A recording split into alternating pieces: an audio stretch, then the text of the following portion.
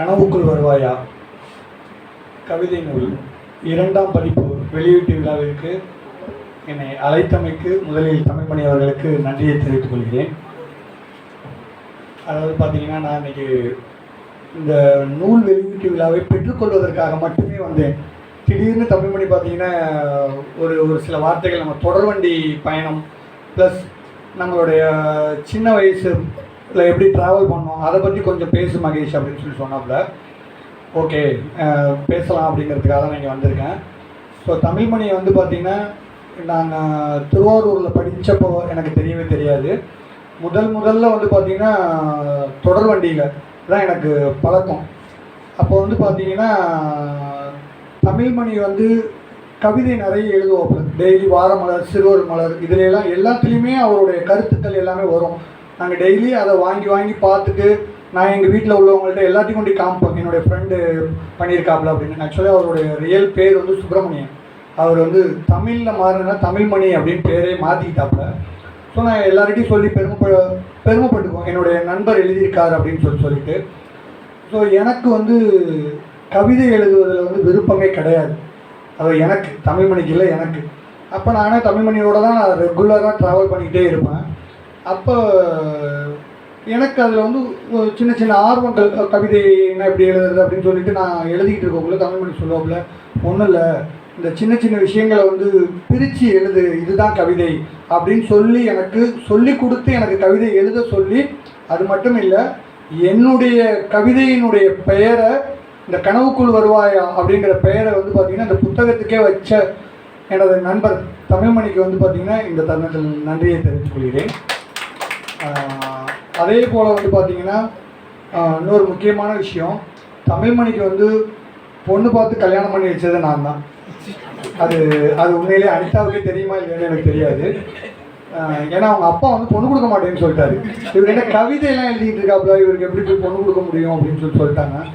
So அப்போ வந்து நான் முதலில் கணினி பயிற்சி வந்து நேதாஜி ரோட்டில் ஆரம்பிச்சிருக்கேன். அப்போ வந்து நான் அவங்களுடைய ஃபாதரை வர வைக்கக்குள்ளே என்னுடைய ரூமில் ஒருத்தவங்க உட்காந்து பேசிகிட்டு இருந்தாங்க. தமிழ்மணி சொன்னாப்புல, எப்படியாவது வர வச்சு எனக்கு வந்து அனிதா. நான் அப்போ கூட கேட்டேன், நீ தமிழ் படிச்சிருக்க, அவங்க ஆங்கில டீச்சர், எப்படி உனக்கு ஒத்து வரும், அது உனக்கு உடன்பாடாதில்லை அப்படின்னு தமிழ்மணி நான் கேட்டேன். ஞாபகம் இருக்கா என்னன்னு எனக்கு தெரியாது, எனக்கு ஞாபகம் இருக்குது. கேட்டேன், இல்லை கண்டிப்பாக எனக்கு வந்து ஒரு வேலையில் உள்ள ஒரு பொண்ணு தான் எனக்கு பண்ணிக்கணும். ஏன் அப்படின்னு கேட்டேன். அப்போ அவர் அப்போவே என்ன சொன்னார்னா, நான் அரசாங்கத்திற்கு எதிராக நிறைய கவிதைகள் எழுதிக்கிட்டு இருக்கேன், என்றைக்கு வேணும்னாலும் என்னுடைய வேலை வந்து போயிடலாம். ஸோ என்னுடைய ஃபேமிலிக்குன்னு ஒரு பாதுகாப்பு வேணும்னா என்னுடைய மனைவி வந்து வேலையில் இருக்கணும் அப்படின்னு அப்போவே சொன்னாப்புல. சரி பரவாயில்ல, தமிழ்மணிக்கு அவங்க அப்பாட்ட பேசி ஓகே அப்படின்னு கல்யாணம்லாம் பண்ணி வச்சாச்சு. அதுக்கப்புறம் ஒரு பையன் ஒரு பொண்ணு எப்படி வளர்ப்பாப்புல அப்படின்னு பார்த்தேன். பட் நானும் உண்மையிலே இப்போ சார் சொன்ன மாதிரி 22 வருஷத்துக்கு அப்புறம் பார்த்தேன் அப்படின்னு சொல்கிறாங்க. எங்கள் பூண்டி கலை கல்லூரியில் தான் படித்தேன்னு சொல்கிறாங்க. உண்மையிலே நான் பார்த்ததில்லை, இல்லை எனக்கு மறந்துடுச்சா என்னன்னு எனக்கு தெரியல. ஸோ அதே போல் தான் தமிழ்மணியோட கல்யாணம் பண்ணி வச்சு ஒரு 1 or 2 years தான் தமிழ்மணியோட ரிலேஷன்ஷிப்பில் இருந்தேன். அப்புறம் ரொம்ப லாங் கேப் ஆகிடுச்சு. ஏன்னா என்னுடைய பணி நிமித்தம் காரணமாக வந்து என்னால் எந்த நண்பர்களோடையுமே பேச முடியல, ஏன்னா அவ்வளோ ஒர்க்கு டைட்டாக இருந்துச்சு. அப்போ தமிழ்மணியோட பையனை எப்படி வளர்க்க போகிறாப்புல அப்படின்னு நான் வந்து பார்த்துக்கிட்டு தான் இருந்தேன். ஆனால் உண்மையிலே இப்போ எனக்கு பெருமையாக இருக்குது, தமிழ்மணியோட ஒரு பொண்ணை வந்து தமிழில் இவ்வளோ ஆர்வமாக. ஏன்னா நான் வாட்ஸ்அப்பில் பார்த்துக்கிட்டே இருப்பேன், ரெகுலராக பார்ப்பேன். நிறைய கவிதைகள், நிறைய பட்டிமன்றங்கள், இதில் எல்லாத்துலேயுமே பாப்பா போய் பேசுவாங்க. எனக்கு ரொம்ப பெருமையாக இருக்கும். பரவாயில்ல, அனிதா வந்து அந்தளவு வந்து ஒரு ஃப்ரீடம் கொடுத்துருக்காங்க. எல்லாருக்குமே வந்து அது மாதிரி கொடுப்பாங்க அப்படின்னு சொல்ல முடியாது. ஸோ அவங்க கொடுத்து தன்னுடைய பொண்ணையும் தன்னுடைய கணவர் எந்த வழியில் வராரோ அதே வழியில் பயணிக்க வச்சுருக்கிறதுக்கு ரொம்ப சந்தோஷமாக இருந்துச்சு எனக்கு. சார் சொன்ன மாதிரி வந்து இடையில நான் ஒரு 5 yearsக்கு முன்னாடி தான் தமிழ்மணியை பார்க்கக்குள்ள ஸோ ஹெல்த் இஷ்யூவாக இருந்தாப்புல. அப்போ தான் எனக்கு தெரியும். நான் இடையிலாம் ரொம்ப லாங் டச் விட்டு, இத்தனைக்கும் நாங்கள் திருவாரூர்லேயே தான் இருக்கிறோம். ஸோ அனிதாவையுமே நான் ரொம்ப பார்க்க முடியாத ஒரு சூழ்நிலைகள் தான். ஸோ அதனால் இந்த தருணத்தில் வந்து பார்த்திங்கன்னா, நான் அவருடைய இடையில வந்து நான் 2ஆம் பதிப்பு வெளியிட போகிறேன் அப்படின்ட்டு என்கிட்ட அந்த புக்கை கொடுத்தாப்புல.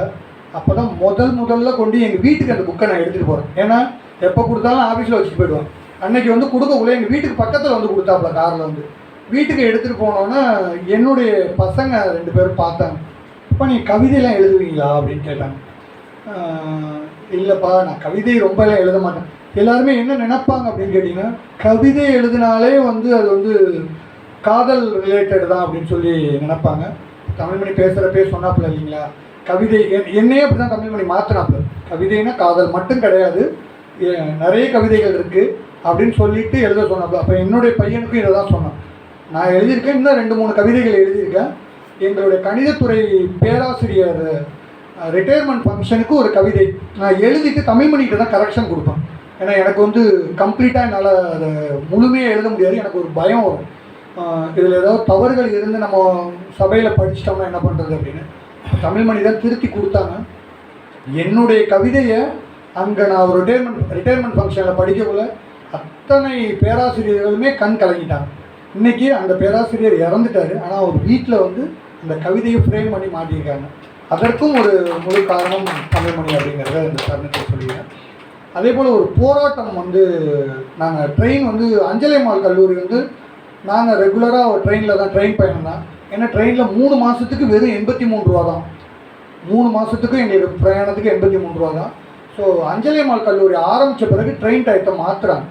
மாற்றக்குள்ள அப்போ இதுக்கு ஒரு போராட்டம் நடத்தணும் அப்படிங்கக்குள்ள, போராட்டம்னாவே தமிழ்மணி தான், ஓகேங்களா. அப்போ நானும் தமிழ்மணியும் தான் அந்த போராட்டத்தில் கலந்துக்கிட்டு நான் வந்து பார்த்தீங்கன்னா போலீஸ் ஸ்டேஷனில் போய் பேசுகிறதுக்காக போகிறேன்.